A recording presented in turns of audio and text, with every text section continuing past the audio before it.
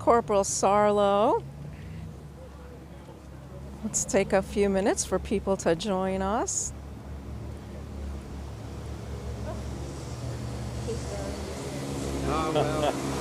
Okay, there you go. It's all yours.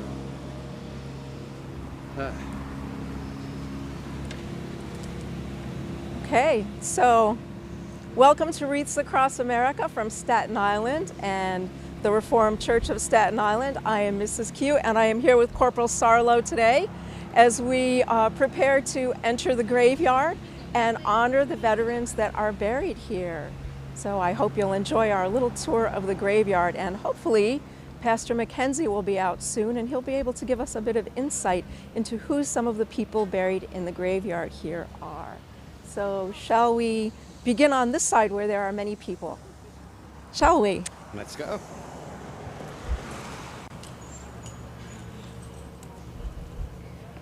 And this church, in case you don't know, dates to the 1600s.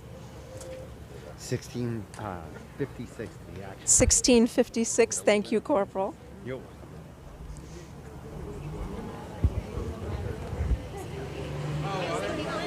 Thank you so much. Thank you so much. This is our Congresswoman. A Congresswoman. How could that be possible? Surely I don't know how that occurred. Nicole Meliatakis. I'm Mrs. Q. I'm doing a live stream of the Wreaths Across America. I'm a Revolutionary War historian, and I come out and do reenactments. It's a pleasure to meet you. It's beautiful to meet you and to honor. Thank you. We are. We're going to. Some of the headstones don't even have the names Right. or dates, but we happen to have the names. Tad, this is Captain Abraham Houseman, who I was able to lay the wreath for in honor today. Well, hopefully, Pastor Mackenzie. Fix your hat. Fix my hat. Oops. I knew this hat would be a problem today. There's my hat. Hopefully, Pastor Mackenzie will be able to fill us in on who some of the people in the graves are. Some of the more historic people. And I know there is, of course, one family name that everyone watching wants to hear about, the Mesereau family. Okay, well, the main guy is unfortunately not here. He's upstate. But I can take you on the other side and show you his parents, Okay. who gave rise to the five brothers. One of the brothers is on this side behind us, but Joshua, sadly, was given a land grant after the Revolution upstate, and he moved up to Endicott, New York. But for my friends in Binghamton, you all know where that is. Absolutely. Yes. So where shall we start over here? Well, on this side, this is the second oldest section. The oldest section would be where we'll get to in a little bit. And as they moved up the street, they continued on into this section. One of the five brothers is on the end here. Well, let's, shall we? Sure.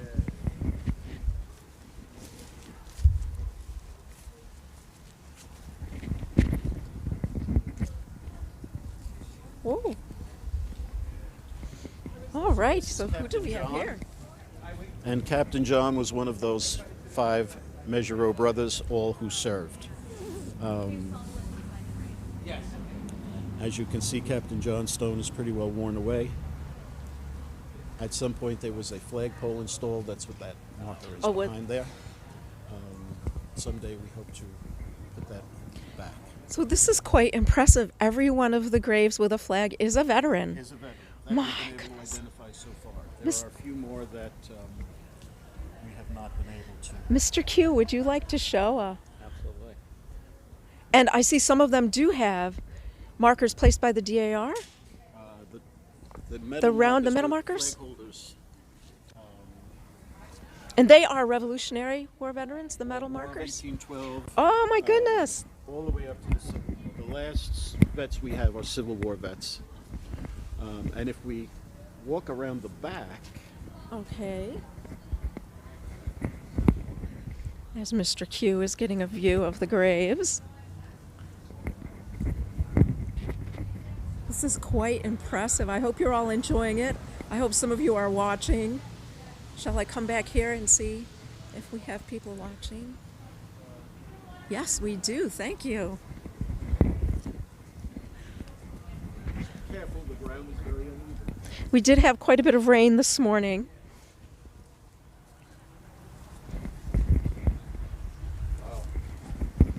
Amazing. amazing. Huh?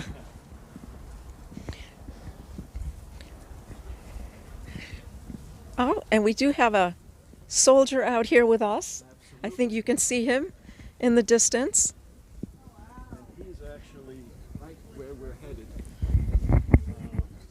John Zeliff, whose stone you can see kind of sticks out like a sore thumb since Yes. it's brand new, is indeed brand new. Mr. Zeliff's descendants petitioned the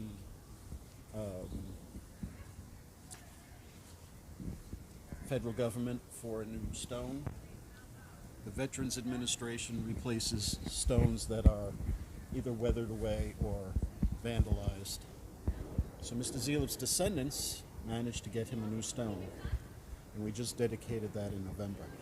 And I think people might be very impressed at the size of this graveyard, and we should probably tell them we have not seen all of it yet, that there still is another section Absolutely. for us to visit today. And Mr. Zeliff's descendants, by doing that, have kind of spurred us on. We have about 20 vets whose stones are obliterated due to age and decay. And the vets, the Rolling Thunder chapter from Staten Island is going to work with us to replace some of those? all of those stones. Very nice. Mr. Q, may I look at something? Did you turn on the phone? Did you turn on the mic? Yeah, there's people commenting. Oh, okay. Yes, okay, just checking. And I don't know, shall we go all the way to the back? Shall we walk to the back? Head over to the oldest section. Well, while we're walking, how about telling us a bit of the history of the church and when they were founded and who founded them and what it would have been like right here where we're standing when this early church stood here? The church was actually founded in 1656, and it was founded in the middle of the island in what is now the Richmond Town Restoration. Part of the Richmond Town Restoration is the Vorleser's house, and the Vorleser was a school teacher who was assigned to the community by the Dutch West India Company, and it was his duty to also lead the congregation in worship. Sort of a multi-positional, And nothing's changed in all these years.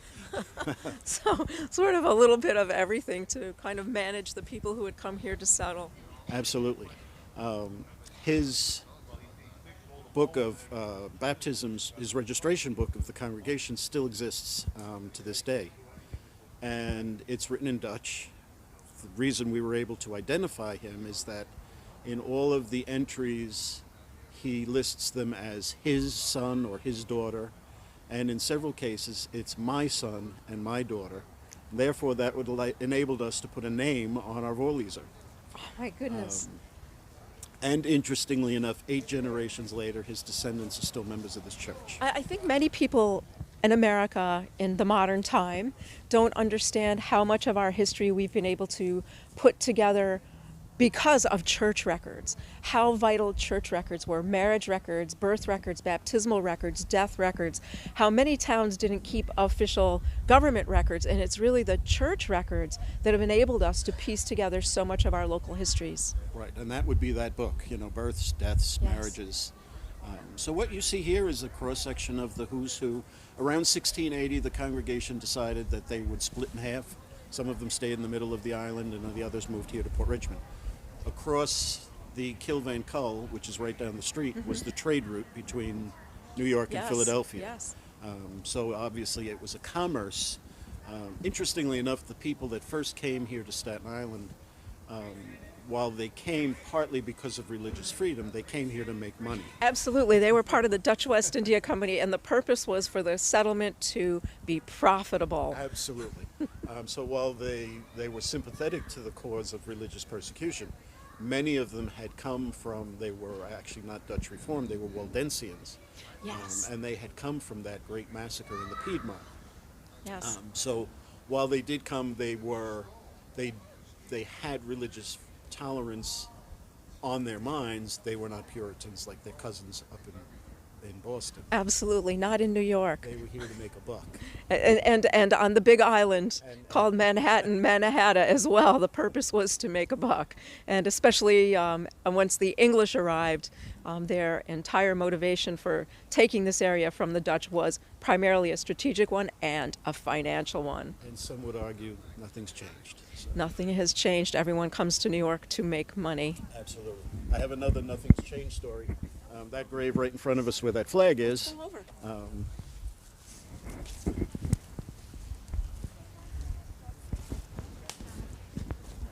Thanks for coming. This is Jacob Tyson.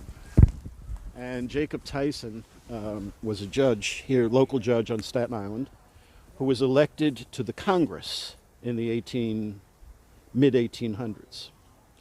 And when Judge Tyson served his one term in Congress, he came back to Staten Island and he would only be referred to as Judge Tyson.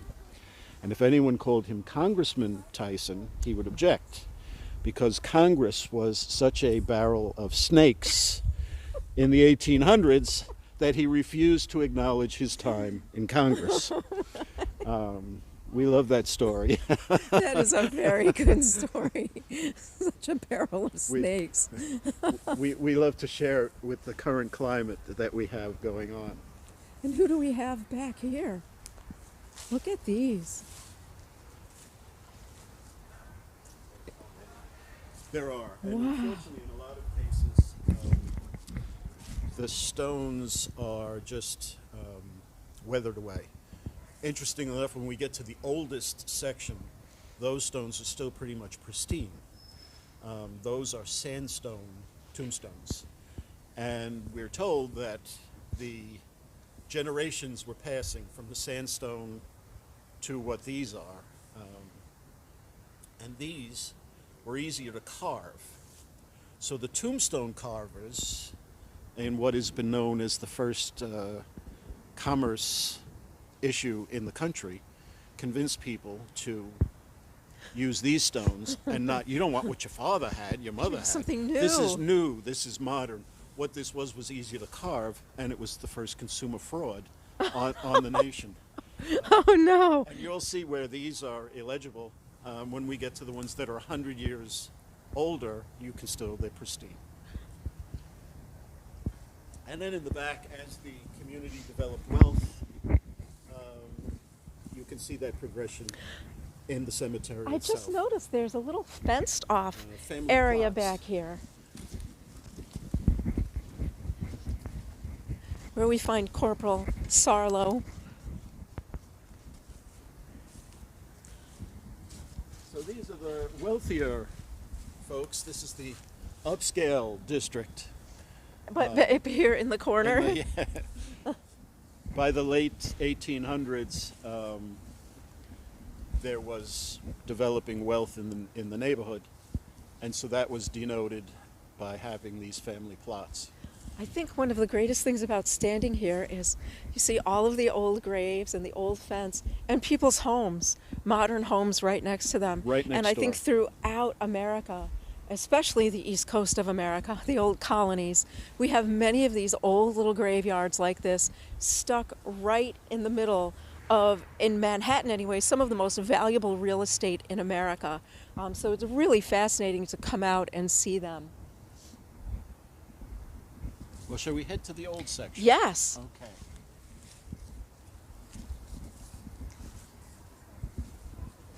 Now, I'm not sure. I don't think we've seen any comments from Facebook.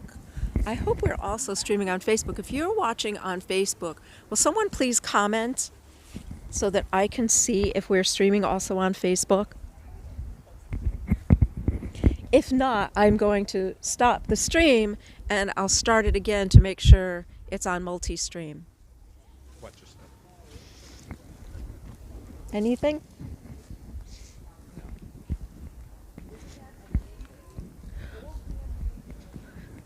All right, so for those of you who are watching, I'm going to momentarily stop the stream and I'm going to restart it. So don't go away.